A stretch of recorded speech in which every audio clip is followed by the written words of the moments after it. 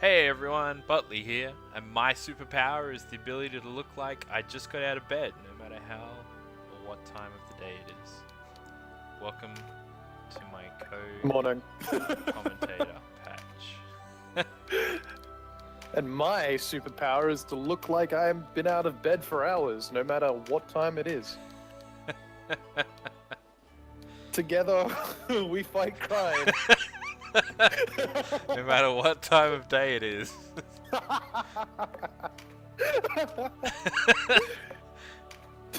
You know, had we planned that, we probably could have done something really clever. Everyone still gets us confused though, because we're both called Tired Man. Tired Man. Dear. I just look like an old tired man, unfortunately. I'm only half the time tired. I work midnight shifts, so... Yeah, I don't envy you. Anyway. That. So, this is episode 50 of Tactics Ogre, and... We made it! The way... This is the final episode of our series. It's the final recorded one until we record more.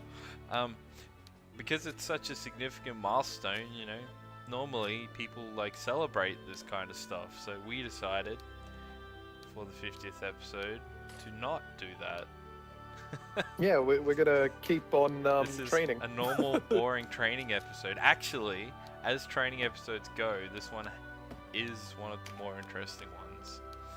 Or there's... This is like our 50th episode, and everyone's like, oh, what are they gonna do for the 50th episode? Then we just go to the gym and work out. I tell you what happened. It's the same thing we've done every episode. I tell you what happened is I record these and I just record and I just create video files and then I go back later and like name them, and I got up to like episode 52, but so I was just like eh. And then Patch was like, oh, we've gone back and done the commentary of like episode 48. What are we going to do for 50? And I'm like, oh, I already recorded that like a week ago. He's like, oh, cool. What's it about? I'm like, normal training video. Same old. Hashtag blame Butley. Oh, God. You're really pushing this, aren't you? I gotta be a hashtag fiend. That's my aim in life. It's funny because hashtags are more like a Twitter thing, and I don't have a Twitter account. I could be Do you have Twitter famous. Sound on Discord? What? There we go. On our Discord chat, I've put hashtag blame Butley. I hope you're happy now. No one will get this. If our Discord chat's the only thing that picks that up. Oh no. Anyway, I feel like putting... Speaking of Discord, I feel like putting that little picture from Stellaris last night in the corner of this video with no context. No context.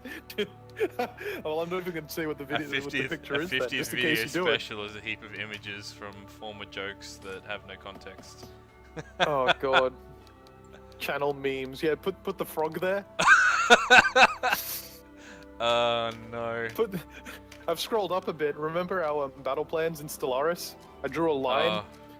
I think I'm gonna have to do it. I can definitely work my editing. My editing skills have gone beyond hit record and post to YouTube, and I think I can handle add little picture in corner of video. Maybe. Do you want me to go pick up some Maybe I'll just you won't see Tactics Ogre. I'll just put the picture as the full screen. I haven't quite mastered the little picture-in-picture window thing. No. This is the worst. So, we were talking about Stellaris. That's what we were talking about. And we promised that this episode we would talk about Stellaris, which is what we're doing for our 50th episode. Stellaris. Yeah, we're going to complain more about that game that I hate so much. I played 30 hours of it. 40 hours, you said? Just 30 hours I have played 43 hours of it. What are we doing in the game here? What am I doing? Am I just skilling up while the guys were training slowly? Yeah. Yeah, you're giving them stuff so it's easier. Okay. Because you're about to go into... This is the tough training area. Yeah, the top is always harder. I actually don't finish the top very often in any playthrough. So the bottom ones, I know them like by heart, so I pick the right characters to fit the maps. These I just, I don't Yeah. know. I think these have like more beasts and dragons and fairies and stuff, so Yeah, tougher. it looks generally tougher. Which isn't tougher for your main team, but when you're training up teams without like weapon masteries and without a full range of abilities and stuff, it's tougher. That griffin has a hell of a name, by the way. What is it? I didn't see it. I'll see if it pops up again, but if it doesn't, then don't worry about it. Let's go back and edit and post. I hear you've got the editing skills now, so Honestly, I have the time and the interest to learn, so I might try things. yeah, I think it'd be a lot of fun. I remember you did that little shot of the zooming in on hitting the imp. Yeah, That was that's great. my best. Do more That's of our that. most popular video. It has like 10 views. Yeah, do more of that. That's great. See more of that. Goofy. Of zoom-ins. Dramatic zoom-ins. That's what our episode 100 will be, by the way. Dramatic It's going to be nothing but overly dramatic zoom-ins, but at least going to edit it all before I see it. And we'll get there, and I'll be like, whoa! Every time it zooms in for someone to hit Extreme. something. And then he'll go in to do a finishing move, and then the screen will like spin around really quickly as it's zooming in. Dear. I don't know. We'll see. Maybe my editing skills will be stronger by episode 100. All right, do we want to talk about Stellaris? Yeah, I'm let's just get worried on to because Stellaris. I'm worried that we're scaring people off. Anyone who came here to watch us talk about Stellaris, they'll be like, "Where's the time code for Stellaris?" So Stellaris is a game. All right, so do you want to talk about editing some? So we got to talking about how a general Stellaris game goes. If you're coming straight Yeah. from the last game, you don't really need to hear this, but it was like early games kind of a, I say turtle, but only because it's not as interactive. You tend to rush to grow It's- your own community. Yeah, you Mid game don't is do much with other people. mid game is sort at that of point. Conquer. conquer up, slash conquer. It hits. You can do certain amount of conquering, but there's a lot of like forced stalemates where you're biding your time. Oh, or yeah. You're waiting. When to I say whatever. conquering, I mean you eat the little guys. Yep, and you basically cut down to like the top 6 or 8 races and federations Yep. and armies and packs and stuff. A late game is There's usually like 3 or 4 Federation groups, like maximum. a late game. So- You are basically systematically like, okay, I can fight him now. I'm gonna take him on. I'm gonna Yeah. vassalize him. I'm gonna, you start doing these things, and late game sort of transitions into that, and you're just taking like little booster modifiers as you tech, and you're basically prepping. And we also found out late game is setting up to fight the invasion force that comes from nowhere that's huge. Yeah, So, the game-ending events. I mean, that's fine. So that's where we sort of got to, and we were saying what the game really lacks in is probably giving you more stuff Everything. to do to mix that up. Like, as a concept of how the game plays, that's not too bad, but you need things to do in between that, and that's where the game kind of lacks. I just wanted to make one other Yeah. point that probably should have gone in the last video that I kind of got lost on. The game actually, say you start a game and you have like 15 other races, they actually build in sort of like weak, equal, and too powerful races. And Yeah. it's a totally different topic, but I think it's a detriment to the game. And I don't want to explain too much why, but in general it's just because like they're sort of telling you what you can and can't do. And I think that Yeah. takes away from the open-endedness of a strategy game. In It- EU4, for example, no one says... No, sorry. Crusader Kings, for example, no one says, oh, you can't fight France, Like, you just Yeah. learn you can't fight France because they're too good. But it doesn't necessarily put them in as some unattainable target because they're the late-game team you have to fight. It just... And even then, France can fall apart for different reasons. Like, right. things can happen. Whereas this just says, here's your 3 ancient races, here's your 6 midget races, and here's the ones that are about equal to you. Yeah. I don't know. Anyway, that's just the way the game plays. So you're always limited in exactly what you can do. And that's what we're saying. You need more meat to not pad out the games, but to give you something to do. Meat with potatoes. All right. So one of Um, these things we're going to talk about. Do we want to start on the big one, or do we want to do pros and Yeah, cons, I or think how do you want to approach? I think we should do combat because combat is such a significant part of the game, especially because this is one of the first Paradox games, I'd say. Oh, not first, but in recent years, it's one of the more involved games for your combat choices, for what you can design and build and whatnot. So I Right, think that's so- worth starting on. You, there's 4 games in my head, excuse me, that form the Paradox strategy suite of games. Yeah, And there's 5 in mine, but we'll get to that. maybe there's one I'm not thinking of, but basically, like this, you have CK2 and EU4, which Yep. are almost like one game series. They play Yeah, differently, They're but very similar. you can actually, this is how similar they are, you can actually take your CK2 file and import it to EU4. So, Yeah, with a converter, Yeah. but you can but do it it. works in the same sort of map, and the worlds not interchangeable, but intertwined a little bit. They're different historical Yeah. periods. Now they play totally different, but there's them, and their combat's sort of basic, but it's also the units are fairly basic. In CK2, you have a little bit more variety, but it doesn't really make that much of a difference because you can't really manage how you fight.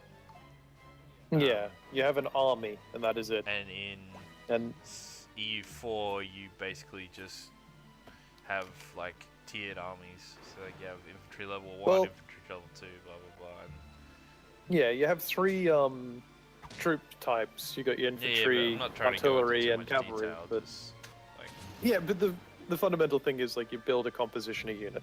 but it doesn't. So It's not that much of a composition. It's really basic. No. Because you don't really control the combat. It almost No. doesn't matter. You're just upgrading to the best. I have a feeling I'm noticing a slight theme in this train of Right. And this is where I'm discussion. going. So, Heart of Iron is probably the other way, as far as I can understand. You have a lot. I haven't played it as much, but you control a lot more in terms of how you customize your army. You know, you make companies or groups of units. Yep. So you can customize what goes in each company, and each company then joins with other companies to form armies.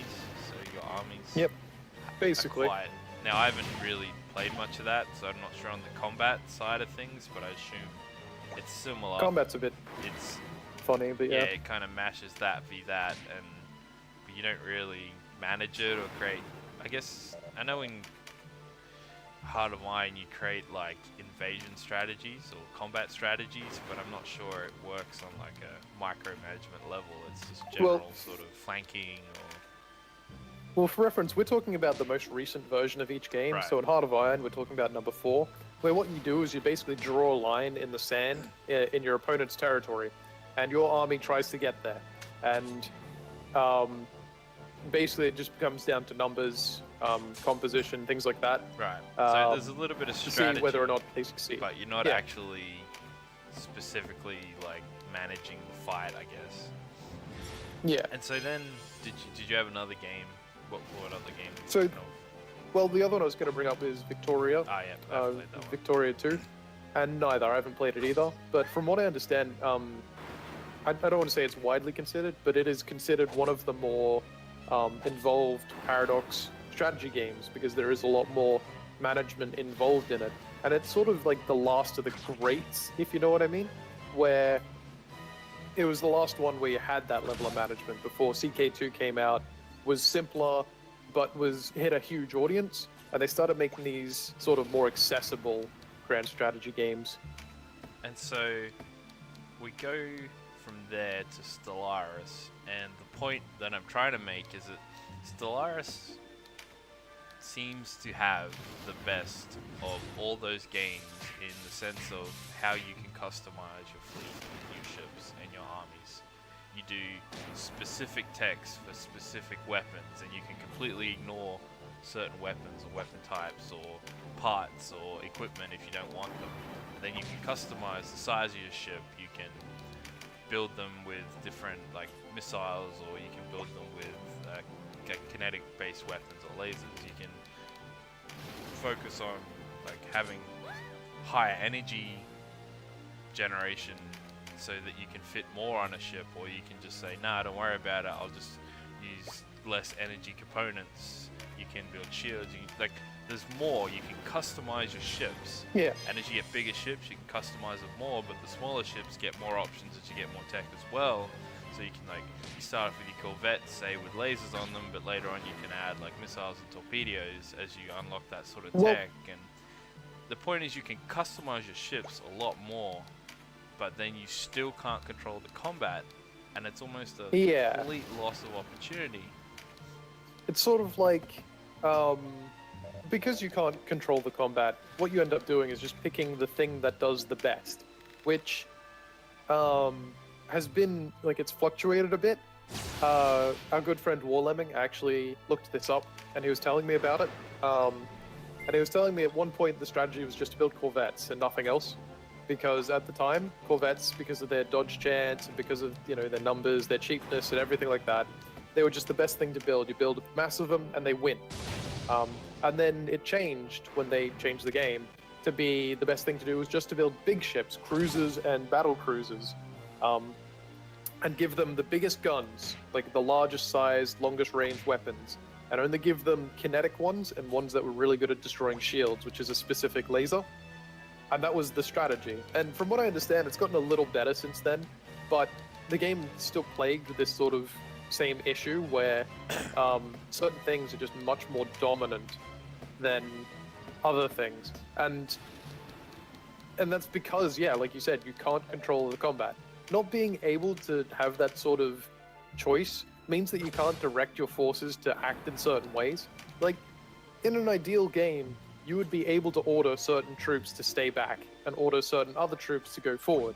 Like maybe you want to gamble on your corvettes having a really good dodge chance, and you just load them up with really strong shields or something and really short-range lasers, and you order them to go first to tank for all your big ships, and your big ships stay back with their powerful lasers. You should have the ability to open up, say, hit-and-run tactics or like, optimal firing range kind of stuff. Because like, put in, like, say you tech up to get your longest range weapons. Well, there's no really way to say, well, let's utilize our long range weapons before we go in and use our short range ones.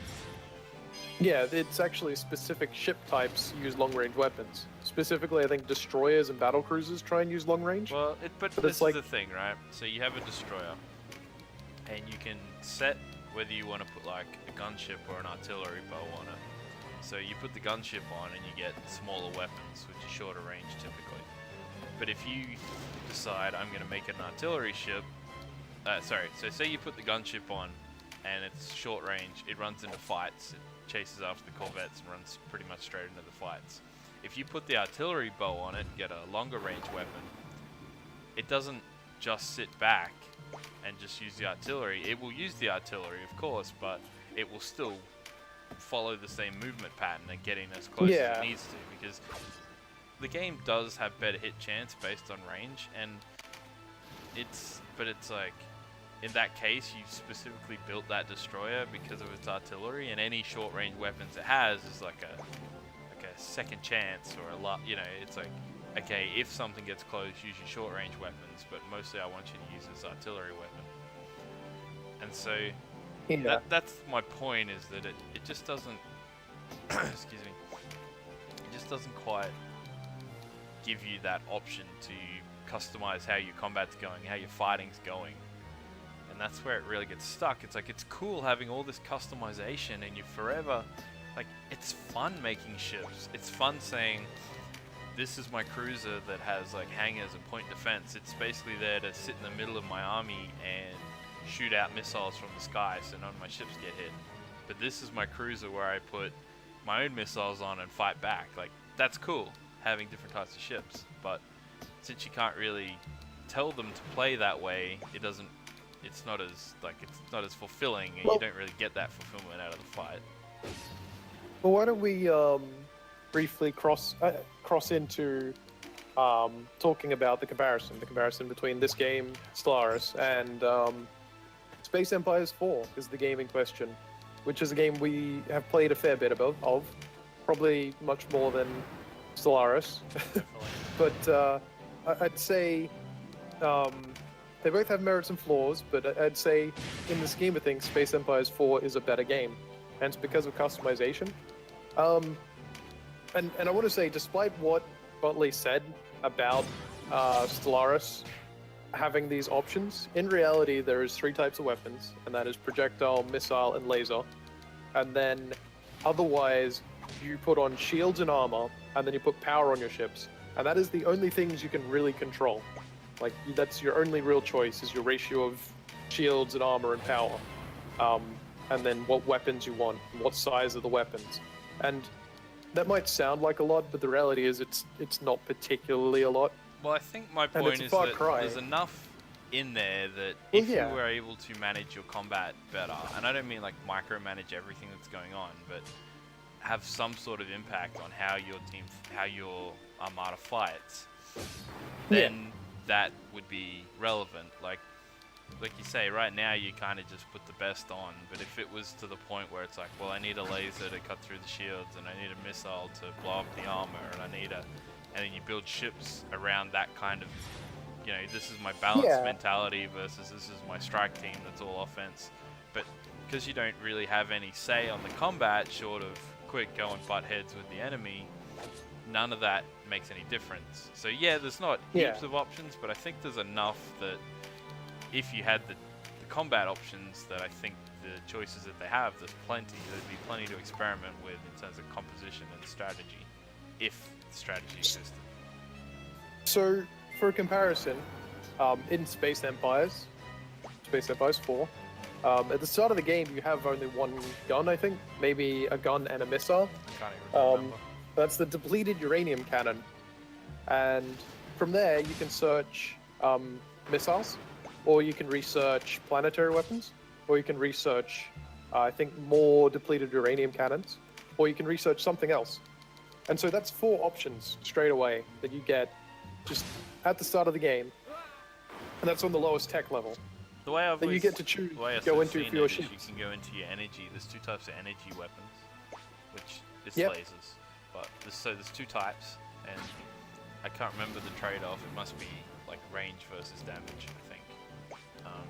The other, and fire rate could be the other one. I know that some things have slower fire rates. And then uranium cannon, obviously, and then you get you get your point defense stuff fairly early as well.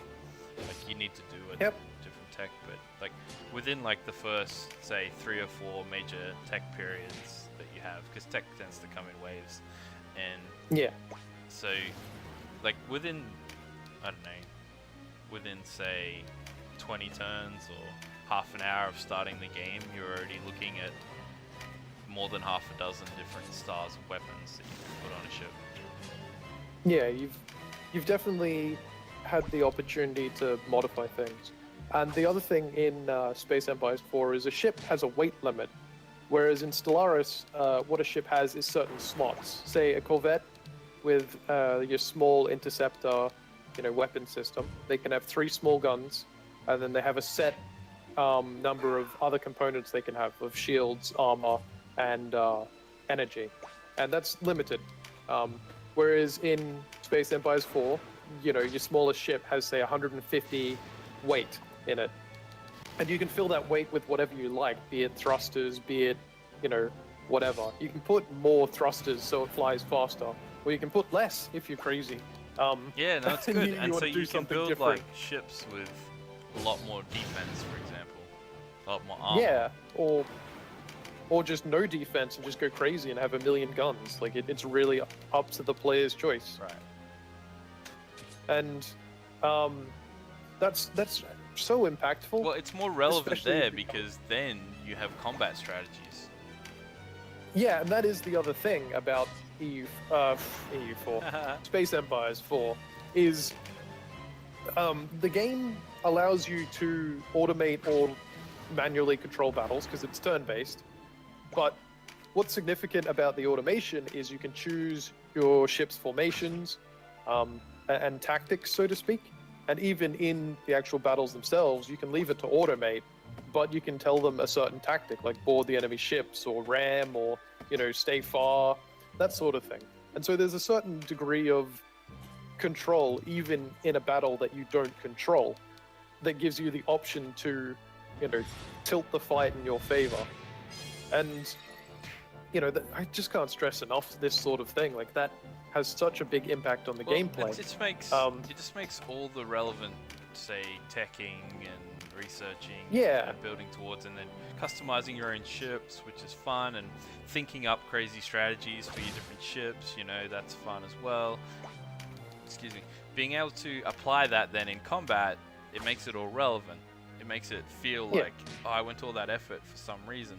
In Stellaris, you do all this faffing. If anything, the emphasis is on that even more in Stellaris. Like, what am I teching? What ships have I got? But then it doesn't lead to anything. And that's just, it's just so frustrating. Yeah. Also, significant event that I talked about at the end of episode 50. We got ourselves a dragon! Yay! I can't remember exactly, but I think in some of the previous episodes we tried so hard and failed the dragon mission so many times. So to actually finally get one in the 50th episode, I was like, yeah, that's significant enough. Yay! Which means we got a dragon. Now I have a griffin and a dragon that I really want to train up, so I'm thinking I'm going to do off-screen training. Yeah. I think everyone's seen enough grinding to get it, so when next episode I show up with like a level 15 witch, dragon, people are like, where did you get the witch from? I'm like, I just got a class mark and I trained it. People will get what I mean. I spent hours just grinding this bloody thing. Dear. So, I mean, I still have more to talk about on Stellaris, to be honest. We have more. Well, obviously this keeps going. We can talk about other parts of the game. Well, I just want to tie up the combat, saying, it's the lack of control that really kills the game. It makes it so hard for it to feel rewarding to play. And there is a solution for this. It's going to sound crazy, but I'll get to it. It's just sort of, when you have a game where there is that control and that option, like Space Empires 4 that we have played, then you go to something like Stellaris, where there are 5 levels of your main gun, and then 2 levels that are better than that, and then there's like 2 super guns for that particular weapon type. It feels so played out. It feels like they just took like a standard template for each weapon and copied it, and just made some slight variations. And it's really just doesn't feel satisfying. That's the main thing. You need to feel like you're having an impact, and I feel like since it doesn't lead to any kind of combat situation, any variety that you do make up in your mind in terms of strategy or composition, or what you're trying to achieve with your fleet, it just doesn't come to fruition because you're not controlling it or giving it orders in a combat. Yeah, especially because combat is such a core part of these games.